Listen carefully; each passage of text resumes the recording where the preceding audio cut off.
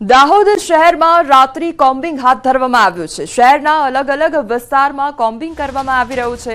કાયદો અને વ્યવસ્થા જાળવવા કાર્યવાહી હાથ ધરવામાં આવી છે। પોલીસની અલગ અલગ ટીમો કોમ્બિંગમાં જોડાઈ છે અને મોટર વ્હીકલ એક્ટ હેઠળ કામગીરી કરવામાં આવી રહી છે। તો રાત્રિમાં કોમ્બિંગ કરવામાં આવી રહ્યું છે। પોલીસની અલગ અલગ ટીમો દ્વારા કામગીરી કરવામાં આવી રહી છે।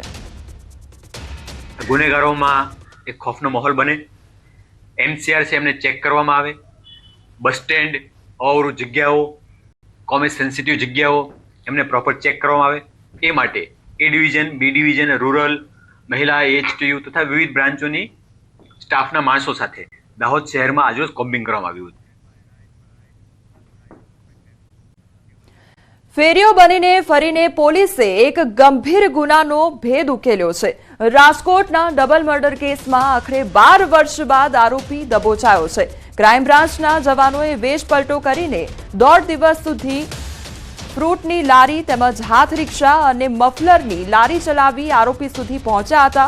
શાતીર આરોપી પ્રવીણ ઉર્ફે રામશંકર શર્માએ કોઠારિયાના હુડકો ક્વાર્ટરમાં પોતાની પત્ની તેમજ કાકીજી સાસુની હત્યા કરી હતી। પોલીસને બાતમી મળી હતી કે આરોપી પોતાના પુત્ર સાથે ઉત્તર પ્રદેશના ગાઝિયાબાદમાં ચાની કેબિન ચલાવે છે, જે બાદ 1.5 દિવસ સુધી ક્રાઇમ બ્રાન્ચના જવાનોએ વેશપલટો કરી આરોપી સુધી પહોંચી હતી। હાલમાં પોલીસે આરોપીને પકડીને ભક્તિનગર પોલીસને હવાલે કર્યો છે।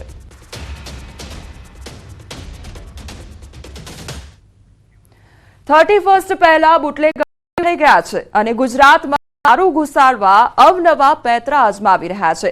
ત્યારે બીજી તરફ પોલીસ પણ એક્શન મોડમાં આવી ગઈ છે। ત્યારે અમદાવાદના પોશ વિસ્તાર એવા સેટેલાઇટમાંથી પોલીસે બ્રાન્ડેડ વિદેશી દારૂનો જથ્થો ઝડપી પાડ્યો છે। પોલીસે કુલદીપ મહિડા નામના બુટલેગરને પણ ઝડપી પાડ્યો છે।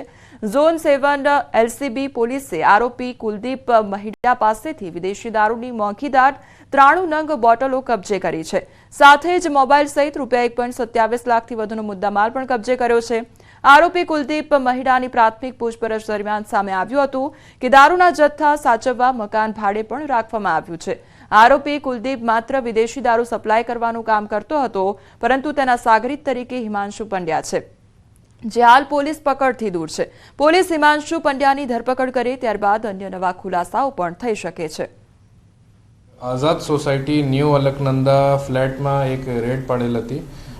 રેડમાં મોંઘી ઇંગ્લિશ દારૂ, એ ભારતીય બનાવટની ઇંગ્લિશ દારૂની 93 બોટલ મળેલ હતી અને આ રેડમાં 93 બોટલ કબજે કરવામાં આવેલ છે, જેની કિંમત 1,27,623 છે અને એક મોબાઈલ ફોન કબજે કરવામાં આવેલ છે અને એક માણસ કુલદીપ દશરથભાઈ માહિડા ઉંમર 22 રાજસ્થાનના રહેવાસી છે, એની અટક કરવામાં આવેલ છે અને એક માણસ હિમાંશુ પંડ્યા અત્યારે અટક કરવાની બાકી છે।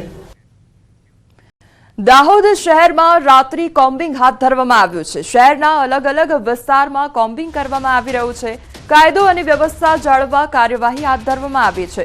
પોલીસની અલગ અલગ ટીમો કોમ્બિંગમાં જોડાઈ છે અને મોટર વ્હીકલ એક્ટ હેઠળ કામગીરી કરવામાં આવી રહી છે। તો રાત્રિમાં કોમ્બિંગ કરવામાં આવી રહ્યું છે। પોલીસની અલગ અલગ ટીમો દ્વારા કામગીરી કરવામાં આવી રહી છે। ગુનેગારોમાં એક ખોફનો માહોલ બને, એમસીઆર છે એમને ચેક કરવામાં આવે, બસ સ્ટેન્ડ અવરું જગ્યાઓ, કોમર્સ સેન્સિટિવ જગ્યાઓ એમને પ્રોપર ચેક કરવામાં આવે। એ માટે A division, B division, rural, મહિલા, એચટીયુ તથા વિવિધ બ્રાન્ચોની સ્ટાફના માણસો સાથે દાહોદ શહેરમાં આજરોજ કોમ્બિંગ કરવામાં આવ્યું હતું। સમાચારોમાં આગળ વધીએ તે પહેલા રોકાઈશું એક બ્રેક માટે।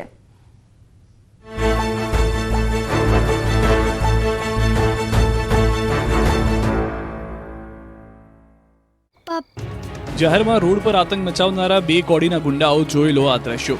કાયદામાં રહેશો તો ફાયદામાં રહેશો। અમદાવાદના રખિયાલમાં રાત્રે હથિયારોના જોરે જુવાન જોશમાં દોડી આતંક મચાવનારાઓના પોલીસે હોશ ખોઈ નાખ્યા। જે હાથમાં તલવાર અને અપશબ્દોથી પોલીસને ભગાડ્યા હતા, તે જ ગુંડાઓને પોલીસે એવો પરચો બતાવ્યો કે ચાલવાના પણ ફાફા પડી ગયા। રખિયાલમાં દહેશત ફેલાવનારા પૈકી 4 આરોપીને પકડીને કોર્ટમાં રજૂ કરાયા હતા। બાદમાં પોલીસ આરોપીઓને સાથે રાખી ઘટના સ્થળ પર પહોંચી હતી। સ્થાનિક વિસ્તાર અને ઘટના સ્થળ પર જે રિકન્સ્ટ્રક્શન કર્યું, આરોપી ફઝલ શેખ, સમીર શેખ, અલ્તાફ શેખ, મહેફૂઝ મિયાને ઘટના સ્થળ પર લઈ જઈને લોકો પાસે માફી મંગાવી। પોલીસે આવો પરચો દેખાડ્યો કે આરોપી 2 હાથ પણ જોડી શકતા ન હતા। આરોપી પોતાના પગ પર ઊભા રહેવામાં પણ સક્ષમ ન હતા. પોલીસે આરોપીઓને કાયદાનું ભાન કરાવ્યું. આરોપીઓએ હાથ જોડી સ્થાનિક લોકો પાસે માફી માંગી. કોર્ટે આરોપી સમીર શેખને 24 તારીખ સુધી રિમાન્ડ પર મોકલ્યો છે. પોલીસે આરોપીના 14 દિવસના રિમાન્ડની માંગ કરી હતી. અમદાવાદના રખિયાલ અને બાપુનગરમાં કેટલાક અસામાજિક તત્વોએ ખુલ્લેઆમ તલવાર અને તીક્ષ્ણ હથિયાર વડે આતંક મચાવ્યો. લોકોને ડરાવતી પોલીસને ગુંડાઓ જ ડરાવી ગયા બાદ હવે પોલીસ સિંઘમ બનવાનું નાટક કરી રહી છે. પોલીસની હાજરી હોવા છતાં લુખ્ખા તત્વોએ આતંક મચાવ્યો હતો. સમગ્ર મામલે પોલીસે 4 આરોપીની ધરપકડ કરીને આગળની કાર્યવાહી હાથ ધરી છે. જ્યારે હવે અમદાવાદ પોલીસે રખિયાલ, ગરીબનગર સહિતના વિસ્તારોમાં નાઇટ કોમ્બિંગ હાથ ધર્યું છે. અમદાવાદમાં ગુંડાઓના આતંકવાદ વચ્ચે શરૂ થયેલા એક્શનમાં જોવા મળ્યા છે, જેમાં રખિયાલ, ગરીબનગર સહિતના વિસ્તારોમાં નાઇટ કોમ્બિંગ કરીને સેકન્ડ ચેકિંગ કરવામાં આવ્યું. જે દરમિયાન એસીપી, ડીસીપી અને પીઆઈ સહિતના અધિકારીઓ તેમાં જોડાયા. પોલીસ દ્વારા કરવામાં આવેલા નાઇટ કોમ્બિંગમાં શંકાસ્પદ જણાતા વાહનો અને સ્થળો ચેકિંગ કરવામાં આવ્યું. પોલીસે આરોપીઓના ઘરે પહોંચી હતી. આરોપીઓના ઘરે જઈને તપાસ કરી. તમામ આરોપીઓ ગુનાહિત